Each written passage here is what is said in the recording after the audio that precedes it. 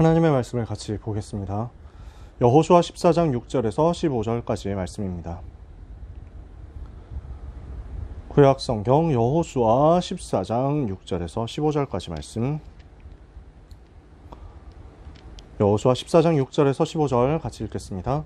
그때 유다 자손이 길갈에 있는 여호수아에게 나아오고 그니스 사람 여분네의 아들 갈렙이 여호수아에게 말하되 여호와께서 가데스 바네아에서 나와 당신에게 대하여 하나님의 사람 모세에게 이르신 일을 당신이 아시는 바라. 내 나이 40세에 여호와의 종 모세가 가데스 바네아에서 나를 보내어 이 땅을 정탐하게 하였으므로 내가 성실한 마음으로 그에게 보고하였고 나와 함께 올라갔던 내 형제들은 백성의 간담을 높게 하였으나 나는 내 하나님 여호와께 충성하였으므로 그날에 모세가 맹세하여 이르되 내가 내 하나님 여호와께 충성하였은즉 내 발로 밟는 땅은 영원히 너와 내 자손의 기업이 되리라 하였나이다. 이제 보소서, 여호와께서 이 말씀을 모세에게 이르신 때로부터 이스라엘이 광야에서 방황한 이 45년 동안을 여호와께서 말씀하신 대로 나를 생존하게 하셨나이다. 오늘 내가 85세로 돼 모세가 나를 보내던 날과 같이 오늘도 내가 여전히 강건하니 내 힘이 그때나 지금이나 같아서 싸움에나 출입에 감당할 수 있으니 그날에 여호와께서 말씀하신 이 산지를 지금 내게 주소서. 당신도 그날에 들으셨거니와 그곳에는 아낙 사람이 있고 그 성읍들은 크고 견고할지라도 여호와께서 나와 함께 하시면 내가 여호와께서 말씀하신 대로 그들을 쫓아내리이다 하니 여호수아가 여분네 아들 갈렙을 위하여 축복하고 헤브론을 그에게 주어 기업을 삼게 하매 헤브론이 그니스 사람 여분네 아들 갈렙의 기업이 되어 오늘까지 이르렀으니 이는 그가 이스라엘의 하나님 여호와를 온전히 쫓았음이라. 헤브론의 옛 이름은 기럇 아르바라. 아르바는 아낙 사람 가운데서 가장 큰 사람이었더라. 그리고 그 땅에 전쟁이 그쳤더라. 아멘. 오늘 우리는 여호수아 가나안 정복 전쟁에 대해서 이야기를 나누는 가운데 아낙 산지에 대한 말씀을 확인해야 되겠습니다. 가나안 정복 전쟁 하는 가운데 이제 거의 막바지에 이르렀거든요. 고비가 되는 마지막 시점 아낙 산지를 정복해야 합니다. 이 전쟁 속에서 나이 85세가 된 노장 갈렙이 일어나서 내가 그 땅으로 들어가겠다라고 하는 것입니다. 여러분, 우리의 삶에 하나님이 역사하시는 것을 체험하는 답이 무엇이겠습니까? 내 삶에 하나님이 역사하시는 것을 체험하는 방법입니다. 이것을 어떻게 체험할 수 있느냐? 내 삶을 하나님께 드리는 것입니다. 여러분이 내용을 한번 깊이 생각해 보시기 바랍니다. 내 삶을 하나님께 드리는 것. 이것이 내 삶에 하나님이 직접적으로 역사하시는 제일 빠른 답입니다. 이것을 두고 뭐라고 하느냐면 기도라고 합니다. 나를 하나님께 드리는 것이 기도예요. 내 삶을 하나님께 드리는 것이 기도입니다. 그 중에서도 제일 중요한 시작의 포인트가 정시기도입니다. 내 삶을 하나님께 드린다? 나를 하나님께 드린다? 어떻게 할 거예요? 내 삶을 하나님께 드린다? 어떻게 할 거예요? 결국 내 시간을 하나님께 드리는 거거든요. 그래서 나의 시간의 주인이 하나님이십니다 라고 인정하고 고백하는 정시기도 시간을 가지는 것입니다. 그래서요, 우리가 내가 가진 재물이, 내가 가진 경제가 하나님의 것입니다 하고 고백하는 것이 11조입니다. 10분의 1을 안 바치면 지옥 간다 이렇게 얘기하지 않습니다. 하나님께서 하나님의 자녀에게 마음에 주시는 감동대로 우리는 하나님께 헌금하는 거죠. 근데 생각해보면요, 우리의 가진 모든 것이 하나님께로부터 온 거잖아요. 그래서 내 전부를 하나님께 드리고 싶잖아요. 내가 구원받고 하나님 자녀된 게 너무 감사해서 내 모든 것 하나님께 드리고 싶다. 근데 모든 것을 드려서 살면 우리가 살 수 있는 경제가 없잖아요. 하나님은 10분의 1을 하나님께 드리는 것인데 그것을 전부를 하나님께 드리는 것과 같다고 인정하시겠다고 하는 거예요. 그래서 내가 가진 가장 소중한 것을 하나님께 드린다는 것은 내 전부를 하나님께 드리겠다. 내 24시간을 전부 하나님께 드려야 되겠지만 다 하나님께 드린다는 마음으로 나의 아침에, 낮에, 밤에 가장 의미 있는 시간의 시작을 하나님께 드리는 것입니다. 그걸 보고 정시기도. 그걸 보고 삼집중, 아침과 낮과 밤에 하나님을 향해서 집중하는 것이라고 얘기를 하는 거죠. 그래서 우리가 아침에 집중하고 하나님을 바라보면서 힘을 얻고, 낮에 집중해서 하나님을 바라보면서 나를 중단하고 하나님을 향하고, 밤에 집중하면서 나의 깊은 시간, 깊은 고백을 하나님께 드린다. 이 시간이 바로 내 삶 전부를 하나님께 드리는 시간이 되는 것이고, 내 삶 전체를 하나님의 역사 속으로 가지고 들어가는 응답의 열쇠가 될 것입니다. 이렇게 하고 있으면요, 이 속에서 뭐가 만들어집니까? 나에게 영적인 시스템이 만들어집니다. 내 삶을 하나님께 드리겠다? 여기에서 만들어지는 영적 시스템이 어떻게 나옵니까? 내가 하나님을 바라보는 영적인 플랫폼이 만들어지거든요. 하나님이 나를 향하시는 영적인 플랫폼이 만들어지거든요. 늘 말씀드리지만 우리가 만화를 보기 위해서 네이버 웹툰으로 들어가고, 우리가 영상을 보기 위해서 유튜브로 들어가고, 인스타 릴스로 들어가고, 그 다음에 우리가 영화 이런 걸 보기 위해서 넷플릭스로 들어가고 하는 것처럼, 우리가 하나님이 주시는 영적인 힘을 얻는 쪽으로, 하나님이 주신 영적인 힘을 공급받기 위해서 들어가는 플랫폼이 필요한 겁니다. 내가 시간을 정해서 하나님을 바라본다? 그 자체가 영적인 힘을 얻는 플랫폼이 돼요. 그러면 여기에서 뭐가 만들어집니까? 나의 모든 과거의 상처와 연약함과 부족함과 실수와 허물과 나의 모든 영적인 문제가 치유되는, 빛이 비춰지는 파수망대가 만들어집니다. 파수망대는 우리가 여기서 가장 쉽게 얘기할 수 있습니다. 등대라고 생각해 보세요. 빛을 비춰줘서 암초를 발견하도록 해주는 거예요. 위험한 것이 무엇인지를 발견하도록 해주는 거예요. 그래서 빛을 비추어서 생명을 구하는 것, 이게 파수망대거든요. 빛을 비춰줘서 위험을 막고 재앙을 막아주는 것, 그게 파수망대거든요. 내 삶에 빛이 비추어져서 나에게 있었던 모든 어두운 부분, 모든 상처난 부분, 모든 무너졌던 부분, 모든 병든 부분에 전부 생명 살아나는 역사가 일어나는 거죠. 파수망대예요. 이렇게 된 나에게 하나님의 음성이 계속 들려지고, 하나님의 나를 향한 말씀이 계속 들려집니다. 이걸 보고 안테나라고 하죠. 그래서 나에게 이 영적인 세 가지 시스템이 만들어지는 것입니다. 이것을 보고 3세팅이라고 우리가 표현하기도 하죠. 하나님이 주신 영적인 힘을 얻게 하옵소서. 복음의 빛이 내 삶에 전부 비춰지게 하옵소서. 하나님의 말씀이 내게 계속 들려지게 하옵소서. 세 가지 세팅이 되는 거예요. 이렇게 세 가지 세팅이 내 속에 만들어지면, 내 속에 만들어진 이 세 가지 시스템이 똑같이 현장에 복사됩니다. 현장에 세 가지의 시스템이 만들어지는데, 이때 나오는 플랫폼은 어떻게 됩니까? 사람들이 내게로 몰려오게 됩니다. 특히 복음 들을 대상자들이 나에게 찾아옵니다. 자기가 개인적으로 어려움 당한다, 시달린다, 힘들다, 이 사람들이 나한테 찾아오는 거예요. 복음 듣기 위해서. 나는 거기에 어떻게 합니까? 복음을 전달하는 거죠. 정확한 복음을 전달해서 빛을 비춰주는 파수망대 응답을 받게 됩니다. 그러다 보니까 이렇게 복음 듣고 영접한 사람들을 계속 지속해서 말씀 듣는 곳으로 인도해 주는 겁니다. 메시지가 계속 공급되는 거예요. 그걸 보고 우리가 다락방이라고 얘기하잖아요. 안테나, 말씀이 계속 공급되는 안테나가 세워지는 거죠. 똑같은 영적인 시스템인데 내 속에 세워지고 이게 현장에 세워진단 말이에요. 3집중이 요렇게 내 안에 그리고 내 현장에 3세팅으로 이어져요. 이렇게 하고 있으면 문제도 갈등도 위기도 전부 응답으로 바뀝니다. 문제 온 줄 알았는데 그게 그 속에 답이 있는 게 보이고요. 갈등이 되게 심하게 있는 것 같은데 그 속에서 갱신할 지점이 찾아지고요. 위기가 왔는데 그 속에 하나님이 시대를 살리도록 보여주시는 기회가 찾아집니다.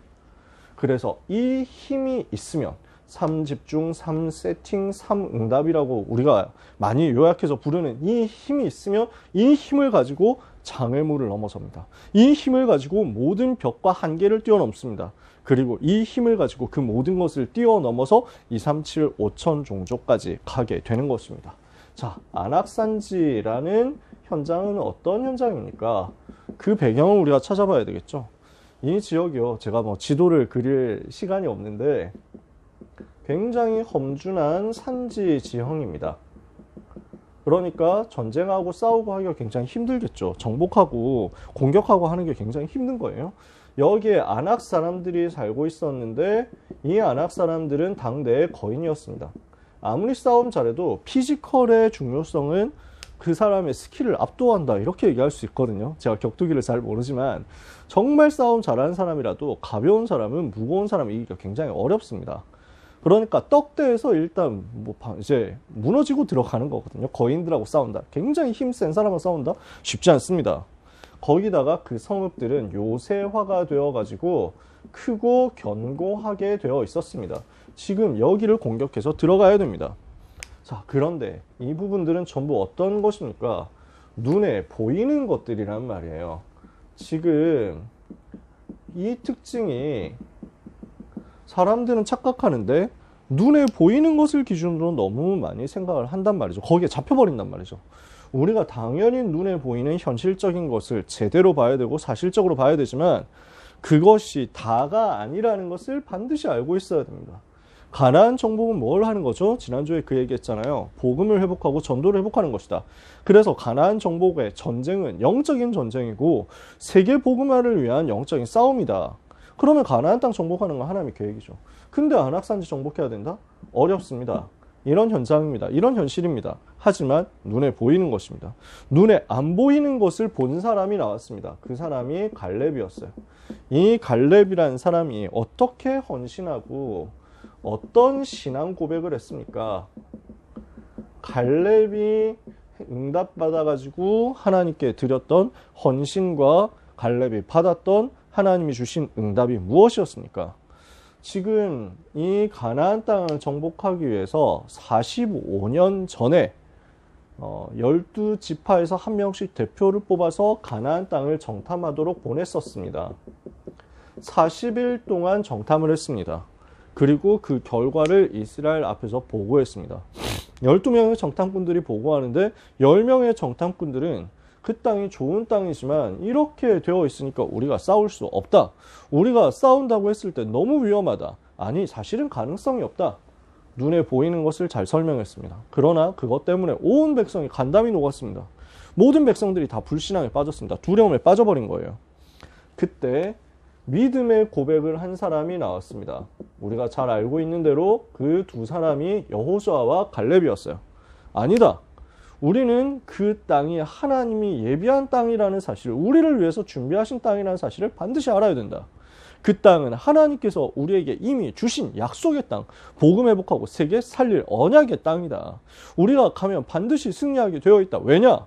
그들의 보호자는 그들을 떠났고 여호와께서는 우리와 함께 하신다. 여호와를 거역하지 마라. 그들을 두려워하지 마라. 그들은 우리의 밥이다. 우리가 가면 반드시 승리하게 될 것이다. 이 믿음의 고백으로 온 이스라엘의 광야에서 멸망당하게 될 그 재앙을 막는 역사가 일어났습니다. 이 믿음의 고백이 이스라엘의 흑암과 불신앙과 재앙을 꺾고 이스라엘의 후대들이 가나안 정복하는 문을 열게 된 것입니다. 그때 약속을 하나님께서 모세를 통해서 주시죠. 가나안 땅 정복하게 될 것이다. 그리고 너는 그 땅을 기업으로 얻게 될 것이다. 그래서 가나안을 정복하고 거기에서 기업을 얻게 될 것에 대한 언약을 붙잡게 된 겁니다. 약속을 붙잡게 된 겁니다. 이게 언제입니까? 45년 전입니다. 가나안 정복 전쟁이 지금 한참 벌어지고 있습니다. 여러분, 요단을 건너고 가나안 정복을 시작하게 된 때가 있겠죠. 여호수아 1장 정도의 시간표가 있겠죠. 요때는 언제입니까? 지금 가데스 바네아에서 민수기 14장 요 정탐꾼 보고 대회, 이때부터 시간이 어느 정도 흐른 때였을까요? 지금 총 40년 동안 광야에서 있게 되었거든요. 광야에서 40년 있는 가운데 출애굽 이후에 가데스 바네아까지 2년 정도가 걸렸습니다. 그래서 이때가 38년입니다. 총 40년이기 때문에 가데스 바네아에서 시작해서 광야를 머물게 되고 드디어 가나안 땅 정복하러 갈 때까지 38년이 걸렸습니다. 그리고 45년 전에 있었던 일이니까 지금 어떻습니까? 가데스 바네아 이후에 45년이 걸렸단 말이에요. 그러면 지금 안악산지 앞에 있는 요 시점은 가나안 정복이 시작된 지 7년이 지난 시간이라는 것을 우리가 알 수 있습니다. 단순 계산이죠. 그래서 45년 전에 주셨던 그 약속이었습니다. 지금 갈렙의 나이는 85세입니다.